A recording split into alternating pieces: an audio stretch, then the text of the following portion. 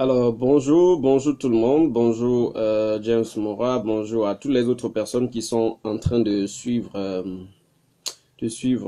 cette nouvelle session qui devait en effet être animée par moi-même et Kelvin qui doit être en train de nous suivre depuis Cotonou. Donc, on a eu quelques petits soucis de connexion et tout. Donc, on revient, mais en fait, c'est un enregistrement puisque le, cette session a eu lieu deux jours avant. Donc, voilà, si vous vous connectez actuellement, je vous salue. Je suis Raoul Jimeli et je vous parle depuis la Kwanzaa. Yaoundé. La Kwanzaa, c'est la maison de l'écrivain. Donc, voilà, je voudrais proposer un peu un plan parce qu'actuellement, nous sommes que je suis tout seul à animer cet atelier. Donc, on va parler de manière globale de trois œuvres. La première, c'est Le front brûlant de l'Aube, que beaucoup de personnes ont eu l'occasion de connaître, puisque c'est un livre qui a déjà été présenté à divers endroits. Donc, le deuxième, c'est le livre qui est paru en même temps au Sénégal, au Nigeria et en Tanzanie. Le projet Afro Young Adulte qui a été animé par plusieurs acteurs, donc Zuki Swawana qui promeut ces événements littéraires. Donc, voilà. Donc, je voudrais dire un peu un mot sur l'activité que je fais à Yaoundé, qui est une activité culturelle qui a commencé en 2012. Donc actuellement, nous avons fait à peu près 10 ans d'activité littéraire à Yaoundé. Et à côté de ces activités, donc c'est pourquoi je suis là pour parler un peu de cette activité générale autour de la littérature que j'organise. Donc je disais qu'on va commencer par lire les passages du Le front brûlant de l'Aube et après, bonjour à tout le monde qui nous suit, bonjour qui soit bienvenue. Donc après avoir lu ces passages, on va parler un peu du livre et après on va lire quelques extraits du projet Afro Young Adulte. Et puis, on va parler, si on a du temps, du Bakwanai, un autre projet qui a été animé au Cameroun, et peut-être de l'anthologie sur la crise anglophone au Cameroun.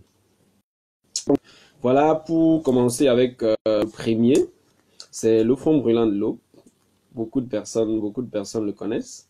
Et c'est un livre qui est paru il y a bientôt un an, qui est paru à Yaoundé, qui est paru à Bafoussam au Cameroun et qui a fait son petit chemin depuis le début. Donc voilà, dans ce livre, je parle de manière générale des différentes activités et des différents champs qui font la culture africaine. Et donc, il y a eu plusieurs voyages, tout ce qui a été écrit à travers plusieurs voyages dans les villes et les villages de quelques pays d'Afrique, vraiment dans les profondeurs du pays, parce que nous pensons que c'est à l'intérieur de cette profondeur-là que se trouve la véritable révélation, la véritable expression de l'humanité en tant qu'Africain. Donc voilà, le livre est un long poème. Le livre est un long poème qui est paru juste pour l'instant en une version française seulement. Et pendant que nous serons en train d'échanger, si vous avez des questions, vous pourrez les poser et après je vais les répondre. Donc, je lirai des passages de la page 9, de la page 29 jusqu'à la page 39. Le nouveau jour rend impact séculaire. Le soleil a rassemblé toute son énergie dans le chant des oiseaux marins. L'eau du fleuve s'en va comme un orphelin. Nous sommes sur les berges sans espoir. Le nouveau jour est un défi inutile, une parole qui vacille dans l'étendue des ombres. La terre qui chauffe est plus anxieuse qu'une promesse de Noël. Le tigre blanc s'en va au pas des dinosaures. Viendras-tu au parlement des muets, dans le silence de nos errances? Voici ma main tendue pour les derniers éléphants tracer la dernière courbe sur les visages de la ville. Le jour qui naît recueille les voix plaintives. Qu'est-ce que ce monde qui court vers l'abîme? Ma sœur, reviens dans la lenteur des choses et écoute les bêtes qui parlent mieux que les hommes. J'ai appris au sommet des monts Mandara que le tam-tam et le feu avaient la même résonance. J'ai tendu ma main à la lune et toi, princesse du Sahel, tu m'as donné les grains d'émile et de sourire. La nuit brillait comme le jour, et sur tes pagnes de couleur, la beauté égrenait ses silences. Et aux saveurs du Sahel, quand la ville taisait son chant funeste, et que l'amour entonnait vers toi une cadence nouvelle. Je n'ai jamais résisté à la lune qui s'éclipsait sur ton visage. J'étais là, voyageur fatigué. J'ai regardé le ciel et l'éclipse est passée. Maintenant, je trace la rivière. Que le temps sèche sur le sable. Parle, parle, princesse. Seras-tu à l'ouest quand le soleil de Balvin se couche derrière les Bamoutes? Adamawa se dresse haut comme la promesse des cyclones. Sur l'étalage du vent et du miel, ces riz sont des patates douces que les plaines plantent sur du voyageur fatigué. Au cœur de la savane qui farandole, la ville et les villes s'embrasent. Finini appelle Ouegara. Le soleil de Menganga et les pluies des dieux offrent aux saisons vertes le fruit jaune d'espérance. J'étais venu de l'eau, de l'herbe que la route séchait comme les lèvres des voyageurs, et je me taisais silencieux derrière l'ombre que je fuyais. Mon pays sera ici, dis-je, pendant que le chemin s'écartait. Garoulaye, Garoaboulaye, l'igname douce et blanche arrachée aux origines, les sauces piquantes des femmes et la douceur d'une terre. J'étais venu de l'eau, du pays dont la guerre séchait les lèvres, et l'Est me donnait son soleil et son refuge. Je me tenais debout face à l'espoir qui naissait. L'océan doux baigne dans le souffle des piroguiers. La lobée encense le soleil matinal de sa vapeur qui s'envole. Il est des jours heureux, crabes frais de Boamanga, coquillages de songe. Il est des jours heureux, la côte nous sauve la vie, l'océan avale nos angoisses et nous refoule l'amour. La nuit est une prière, elle est lumière, fétiche de la parole et parole des seigneurs. La nuit tend la perche. Le jour sort de terre, que la terre tourne et que dansent les voiles. Donc voilà, j'achève actuellement la lecture du Front brûlant de l'Aube, qui est paru, comme je disais, à Bafoussam au Cameroun depuis bientôt un an. Donc c'est un livre qui, comme je dis, rappelle le pays, parle du pays, parle de l'Afrique, parle des profondeurs de ce continent qui nous est cher. Et donc, comme je disais, le plus grand espace où on peut lire notre humanité, où on peut lire notre part de richesse, à l'heure où nous avançons vers le monde, c'est dans ces profondeurs de l'Afrique, dans ces zones parfois ignorées, mais qui existent. Parce que le modernisme nous fait croire que l'essentiel de la population africaine est reparti dans les villes. Mais lorsqu'on étudie les chiffres, on se rend compte que la grande partie, l'essentiel de notre population, elle est rurale. Et que c'est dans ces zones rurales-là qu'on peut admirer notre humanisme, qu'on peut admirer la beauté de ce continent qui nous est, Donc c'est un peu ce qui est au cœur de ce livre. Et donc, à travers les villages parcourus, à travers les villages d'Afrique parcourus, il était question, je pensais qu'il était important, il était urgent de révéler cette culture, de révéler cet humanisme qui est caractéristique de cet endroit d'où nous sommes venus, de cet endroit d'où nous sommes partis, ou de cet endroit où nous sommes encore. Donc voilà, après ça, je voudrais lire d'autres travaux, et je voudrais poursuivre par le projet Bakwanai. Donc, je disais tout à l'heure que actuellement je suis à Yaoundé, à la Kwanza. Donc, je voudrais lire des projets de Bakwanai. Bakwanai, c'est la dernière sortie du projet Bakwa Magazine, qui est un recueil de textes non fictionnels sur les voyages, sur les passeports, sur les privilèges pendant les déplacements. Donc, voilà, je voudrais lire des extraits de ce texte. Je vais lire des extraits de ce texte. Pas en note toutes les questions, je vais répondre après. Donc, je voudrais lire des extraits d'une histoire qui est parue ici et qui a pour titre Marwa Kuseri, No Man's Land. Donc, Marwa Kuseri, c'est l'une des routes du Cameroun qui est actuellement bloquée par les touristes. C'est-à-dire que lorsque vous allez dans le nord du Cameroun, il y a cette route qui a été, qui a été arrêtée, dont on a arrêté la construction il y a, je crois, bientôt 4 ans, depuis que le phénomène Boko Haram a commencé dans cette zone. Les routes ont été arrêtées, mais parce que c'est la route et que parce que c'est le cordon qui lie le Cameroun au Tchad et puis aussi le Cameroun à d'autres pays, à d'autres pays comme le Nigeria. Il y a que c'est une route qui continue de fonctionner, mais c'est une route qui est extrêmement dangereuse.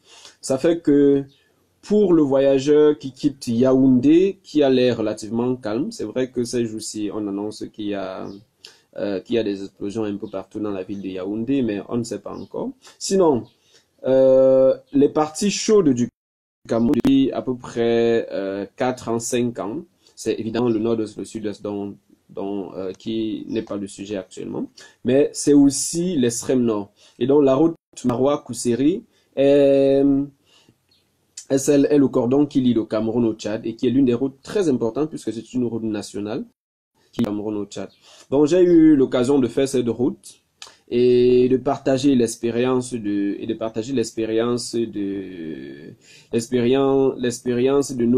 notre africanité lorsque nous voyageons à travers l'Afrique, surtout lorsqu'on voyage par route.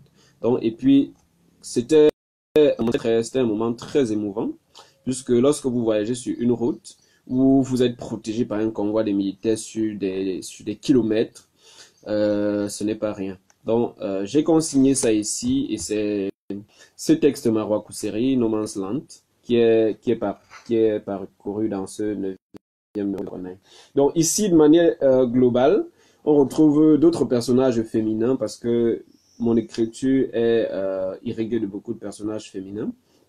On retrouve une dame que j'ai rencontrée sur cette route-là, un matin sur la route Marwa Kuseri dont je parle, et qui a été qui venait en fait, parce que j'ai pas dit ça ici, mais elle était venue à Marois, elle était partie de Kuseri, elle était venue à Marois pour composer un concours de lignage et tout.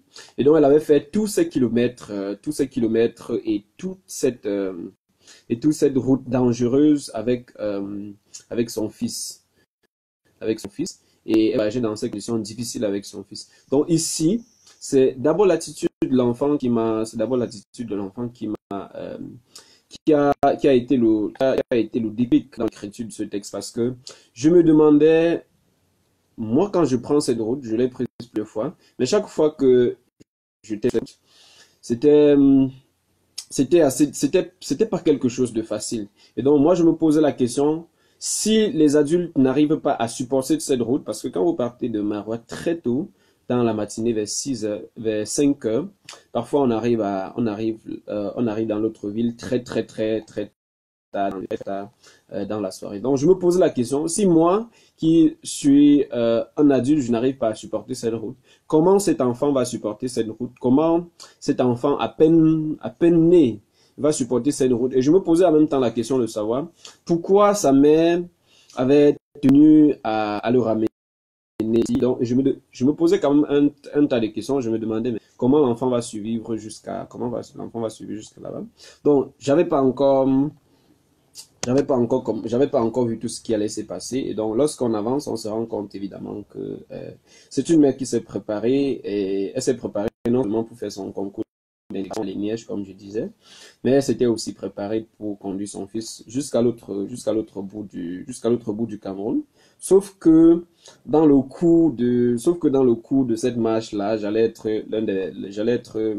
l'une des personnes sur qui elle devait s'appuyer puisqu'on était dans le même bus. Donc, voilà, je vais lire à partir de la page 100, de la page 100. Décembre a sonné ses cloches. Le matin, le soleil se lève derrière les montagnes jaunes de sécheresse. Là, je commence doucement. Sur le mince ruban de bitume, nous entamons notre montée vers la dernière ville du Cameroun.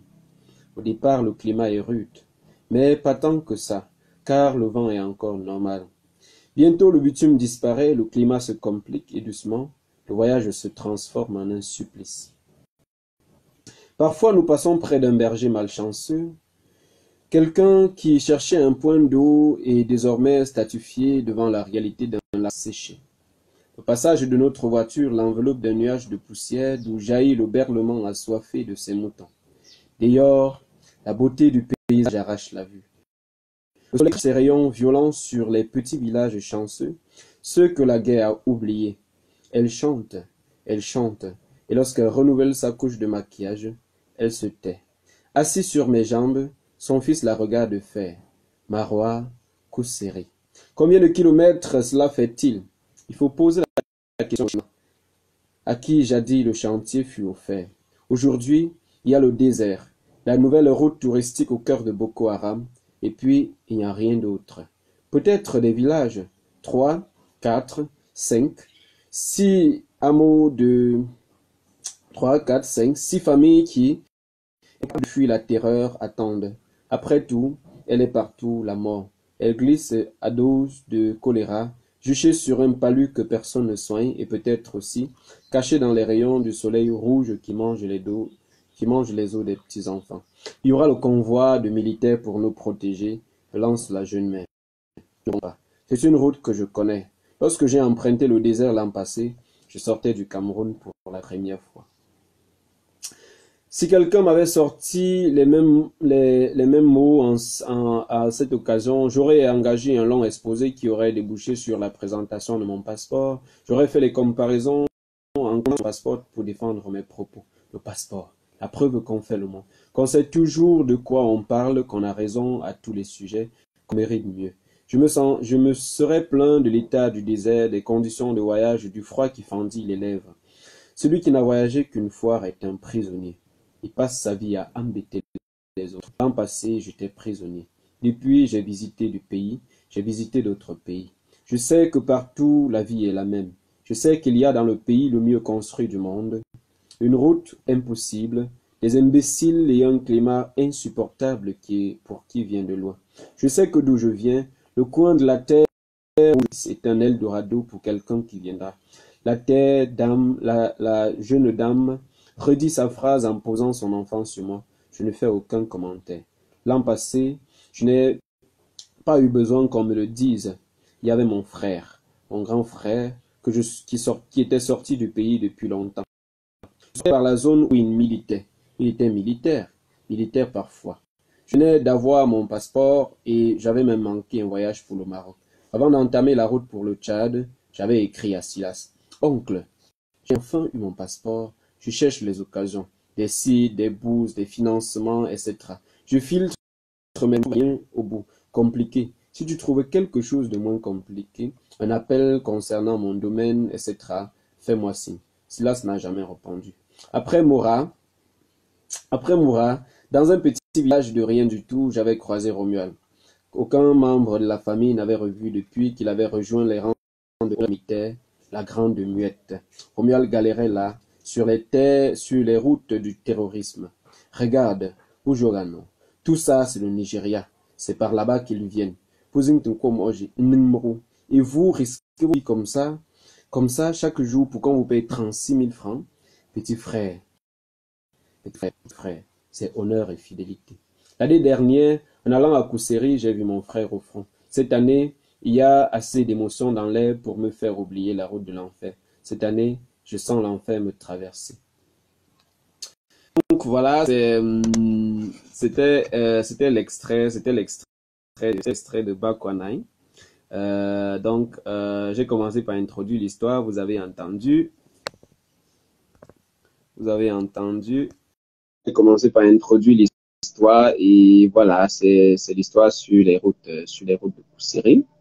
Donc, s'il y a des questions, je vois qu'il y a, voilà, je vois que il y a, voilà, donc, je vois qu'il y a des réactions, il y a beaucoup de réactions, il y a beaucoup de réactions, voilà. Donc, quels écrivains africains sont en inspiration? Je vais commencer par là. Bon, je suis inspiré depuis pas mal d'années par les travaux de Njoya. Je suis en train de répondre à la question de Ndegwa. Je suis animé par le riche travail que l'écrivain Njoya a fait au Cameroun. Au Cameroun, Njoya n'est pas présenté comme un écrivain. Njoya est présenté peut-être comme un personnage de l'histoire du Cameroun. On le présente très rarement comme un écrivain. Pourtant, c'est un écrivain. Il a été au centre d'une grande culture littéraire, et il a été, je dirais même il a été le fondement de la littérature camerounaise parce que, en plus d'avoir fait des textes, en plus d'avoir écrit des textes tels que le Sangam, en plus d'avoir écrit d'autres textes qui sont disponibles parfois dans les musées, parfois dans le royaume Bamoun. Njoya a été l'inventeur d'une écriture. Et en plus d'inventer une écriture, Njoya a inventé toute une langue, toute une langue. Njoya, c'est un personnage très important de la littérature camerounaise. Et donc, lorsque vous suivez ses travaux, lorsque vous suivez le travail qu'il a fait en tant qu'intellectuel, vous êtes frappé par la conscience, par le degré par la volonté qu'ont eu ces premiers écrivains camerounais d'inscrire le Cameroun, d'inscrire le monde, l'univers africain, d'inscrire l'univers Bamoun même dans l'éternité. Donc, l'un des écrivains que j'apprécie particulièrement, c'est Njoya.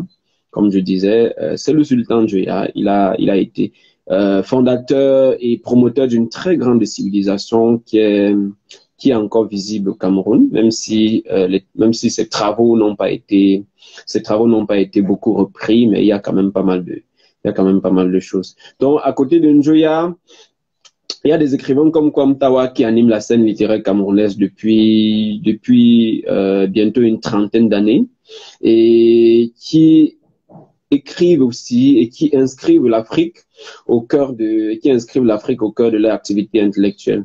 Donc, c'est ces écrivains-là que je peux dire, hein, pour répondre à la question, que c'est ces écrivains que je lis beaucoup et bon, on peut dire qui m'inspirent, mais c'est les écrivains que je lis au quotidien. Et après, il y a pour tous les Camerounais, un Camerounais écrivain a l'obligation de lire les travaux de Mongo Betty, de lire toute la littérature que nous a laissé Mongo Betty, qui est jusqu'à présent l'écrivain le plus important, le plus significatif de notre espace littéraire. Donc, ce sont ces travaux qui guident ceux des personnes de notre génération. Donc, voilà.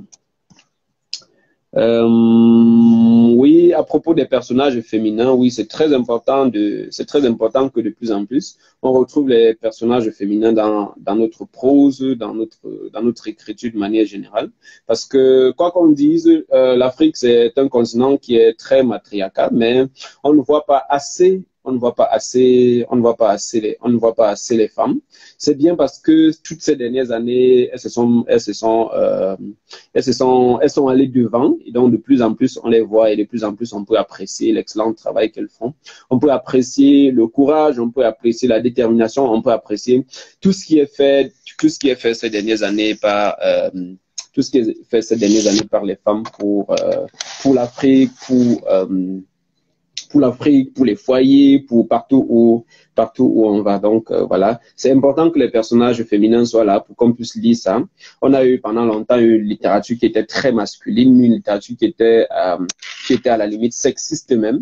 Mais de plus en plus, non seulement on a l'immense chance que les femmes elles-mêmes prennent la parole, mais on a surtout la chance que les femmes qui ont pris le pouvoir à l'extérieur de la littérature ont inspiré les écrivains pour que de plus en plus la femme soit présente dans les productions littéraires. Donc voilà, est-ce qu'il y avait d'autres questions sur la route du terrorisme? Oui. Le Cameroun est actuellement traversé pas tellement de terrorisme et tout. Donc voilà.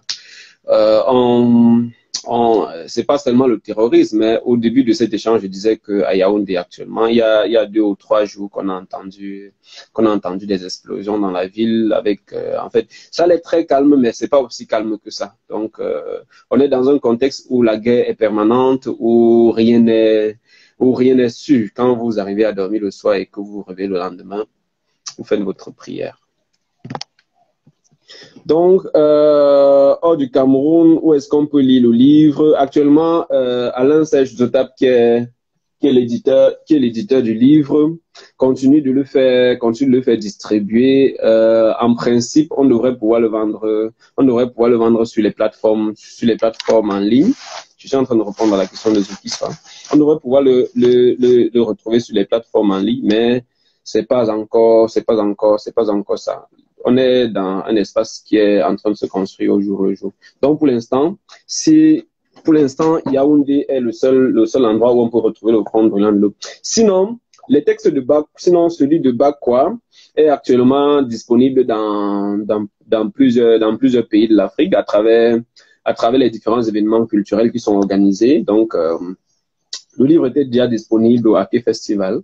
Et il a été disponible dans d'autres festivals au Togo, il a été disponible dans d'autres festivals en Ouganda et un peu partout. Et je crois qu'il est aussi distribué en Europe par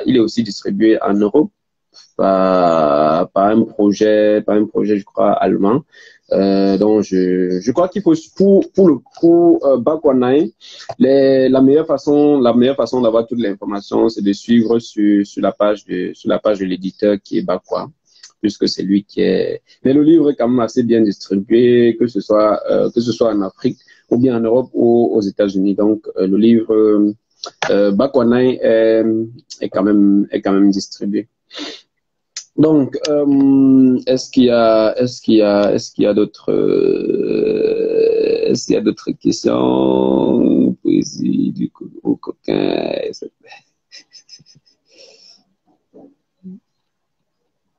Oh. Alors, à ton avis, quelle est la meilleure façon que les écrivains peuvent créer des personnages femmes dans leurs livres? Bon, je crois que le livre reflète une autre réalité qui est déjà dans l'espace public. Donc, si à l'extérieur les femmes prennent le pouvoir, disons-le comme ça, si à l'extérieur les femmes prennent le pouvoir, dans la littérature, les femmes seront obligées de prendre le pouvoir. Évidemment, les femmes ont toujours pris le pouvoir, sauf qu'on ne voyait pas assez. Mais on est arrivé à une époque où où on peut voir effectivement ceux qui ont le pouvoir. Donc, quand vous prenez le pouvoir, on sait que vous avez le pouvoir. Ça fait que les rôles et les figurations, l'esthétique et l'écriture du personnage féminin ont beaucoup évolué avec ce qu'on voit, parce que vous pouvez pas être un écrivain qui fait des choses qui sont en déphasage avec la réalité. Si vous prenez les premières proses les premières proses africaines des années 50, des années 60, la plupart du temps, c'est les hommes qui sont au centre, que ce soit les travaux de Mongo Betty dont j'ai parlé tout à l'heure, avec Banda, que ce soit les travaux de Chino Achebe, avec Okonko, ou que ce soit dans beaucoup de textes, c'est l'homme qui est au centre, et donc les femmes sont en arrière-plan. Mais de plus en plus, de plus en plus ces dernières années. Et puis, on ne peut pas, c'est comme je disais, c'est la vérité, quoi. Quelque chose qui est exposé et que tout le monde voit, vous pouvez pas dire que c'est pas ça. Donc, de plus en plus, lorsque le pouvoir est pris par celles qui ont le pouvoir, ça se voit qu'elles ont le pouvoir et que, donc, on ne peut mieux écrire le personnage féminin qu'en faisant le parallèle avec la réalité. Et Dieu merci, quand on fait le parallèle avec la réalité, on n'est pas déçu. On n'est pas déçu parce que partout, le personnage féminin a pris le pouvoir. Donc, voilà.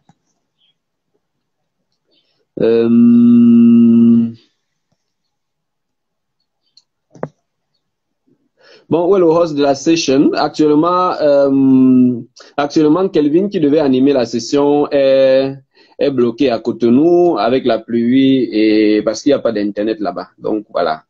Donc pour une fois, le Cameroun est un peu au-dessus du Bénin, quoi. Donc voilà, c'était donc tout pour le Bakwa 9 qui est paru à Yaoundé, qui est distribué comme j'ai dit. Donc maintenant, je voudrais qu'on aille sur le troisième et peut-être le dernier qui est Waterbirds on the Lake Shore, but I will read from the French version. Donc, et c'est un livre qui est paru en 3 langues. Vous avez là les deux versions anglaises, Swahili, les deux versions anglaises, Swahili, et puis il y a une version française. Donc, je vais lire dans la version française. Et je continue d'enregistrer les questions pour ceux qui les posent.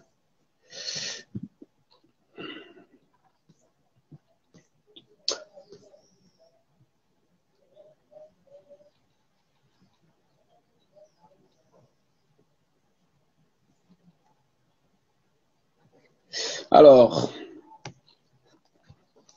j'étais en train de présenter la troisième personne du texte, et la troisième version du texte, celle qui est la version française qui est parue chez Amalion. Et donc les ateliers ont été animés, les ateliers ont été animés par divers écrivains africains. Et la version française, elle a été éditée par Edwige Dro, par l'écrivaine Edwige Dro depuis la Côte d'Ivoire, par Elias Muntani, qui est actuellement en Tanzanie, et par Zuki Swawana, qui nous suit. Donc, je lirai dans la version française et je lirai mon histoire c'est pas mon histoire, quoi, l'histoire qui est dans ce texte et qui a pour titre presque la première fois. Donc, pour résumer un peu cette histoire, c'est l'histoire de deux. De manière générale, au cœur de l'histoire, on a deux sœurs. On a deux sœurs. On a deux sœurs qui vivent dans un foyer sans père, parce que le père a été assassiné par la mère. Et la mère a assassiné le père parce que le père a violé l'une des filles. Et il se trouve que, en grandissant, l'une des filles va se découvrir des attirances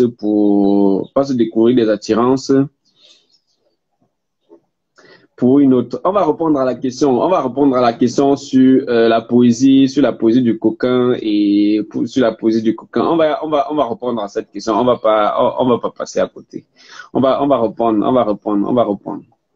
Donc voilà, j'étais en train de parler des deux sœurs qui sont au cœur de cette histoire et de cette histoire qui est une histoire commune à la camerounaise, parce que lorsqu'on va dans les foyers, les foyers sont en fait des coques. Et lorsque vous allez à l'intérieur, vous découvrez vous découvrez d'autres réalités que vous n'imaginez pas. Donc, on est une civilisation qui a été secouée depuis longtemps et qui continue d'être secouée jusqu'à présent. Et donc, dans chaque famille, il y a ces drames. Et on est une génération qui ne parle pas aussi beaucoup. Donc, quand vous voyagez à travers l'Afrique, vous découvrez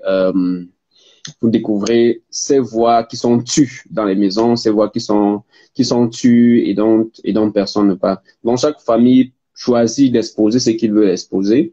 Mais si vous allez à l'intérieur, vous découvrez d'autres réalités. Alors, je suis à la page 83. Ma sœur avait choisi sa robe de mariée sans chercher de conseils et sans recommandation.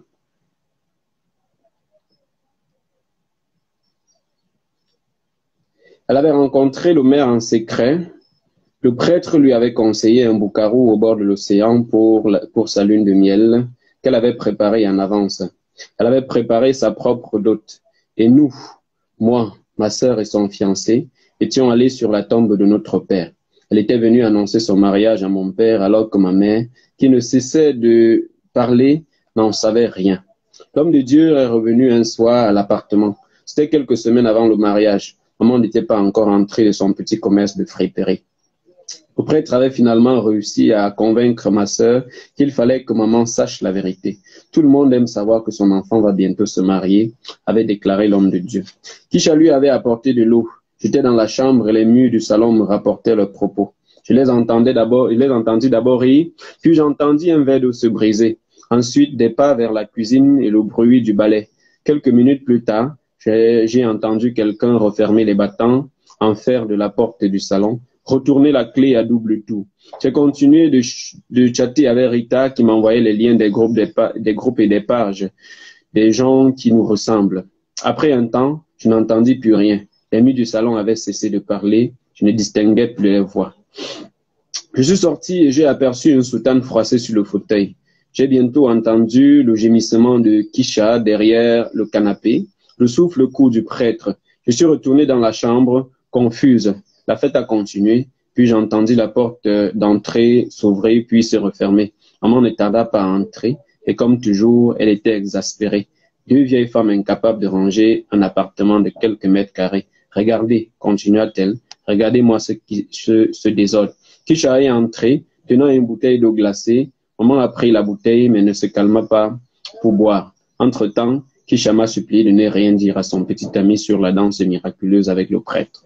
Donc ici, on est face à un prêtre qui prépare un mariage et qui entretient des relations sexuelles avec la dame qu'il est en train de préparer vers le mariage et donc tout ça.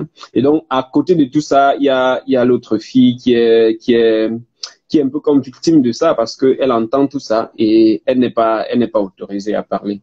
Donc le livre est bien distribué. La version française est surtout distribuée au Sénégal, tandis que les autres versions sont au Nigeria et dans l'espace où le Kiswahili est parlé.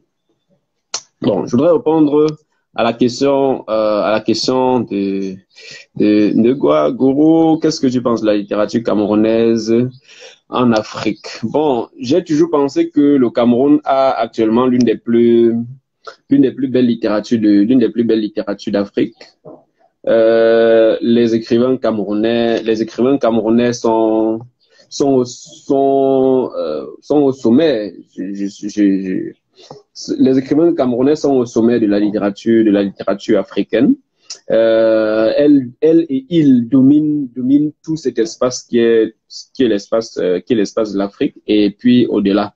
Donc la littérature camerounaise elle est actuellement l'une des plus vivantes. Mais à l'intérieur du pays, c'est une littérature qui se construit lentement, mais qui se construit sûrement, parce que il faut dire que le Cameroun, c'est un vieux pays culturel. Le Cameroun, c'est un vieux pays. C'est l'un des premiers pays où l'institution littéraire s'est mise en place. Donc aujourd'hui, malgré tout, les choses sont à gauche et à droite, mais les choses vont pas s'arrêter de sitôt.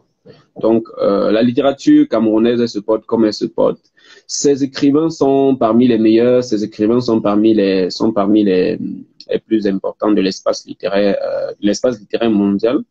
Et les Henry Boom, les Patrice Nganan, les Imbolo Boué et toute cette littérature. Vraiment, nous, la littérature camerounaise, elle est au centre de la littérature. Elle est au centre de la littérature africaine actuellement. Bon, la littérature africaine actuellement et la littérature africaine francophone surtout. Bon, dans l'espace anglophone aussi, on a quand même pas mal d'écrivains extraordinaires aussi. Mais je crois que l'espace francophone, tout ce que je connais, est très bien animé. Et donc, si on rentre dans le passé, on a aussi on a une grande littérature camerounaise qui a été produite et qui continue de dominer l'espace jusqu'à présent. Donc, l'époque des pionniers et puis, donc, la littérature camerounaise, elle se porte. À l'intérieur, il va falloir reconstruire l'institution en faisant bien attention à ne pas se faire avaler par les vents opportunistes qui viennent de Paris et qui viennent d'un peu partout. Donc, la littérature camerounaise, elle se porte comme elle se porte, mais elle se porte quand même. Et voilà, on peut espérer que le meilleur pour elle. Donc, Toni Morrison est la plus importante figure littéraire noire de tous les temps.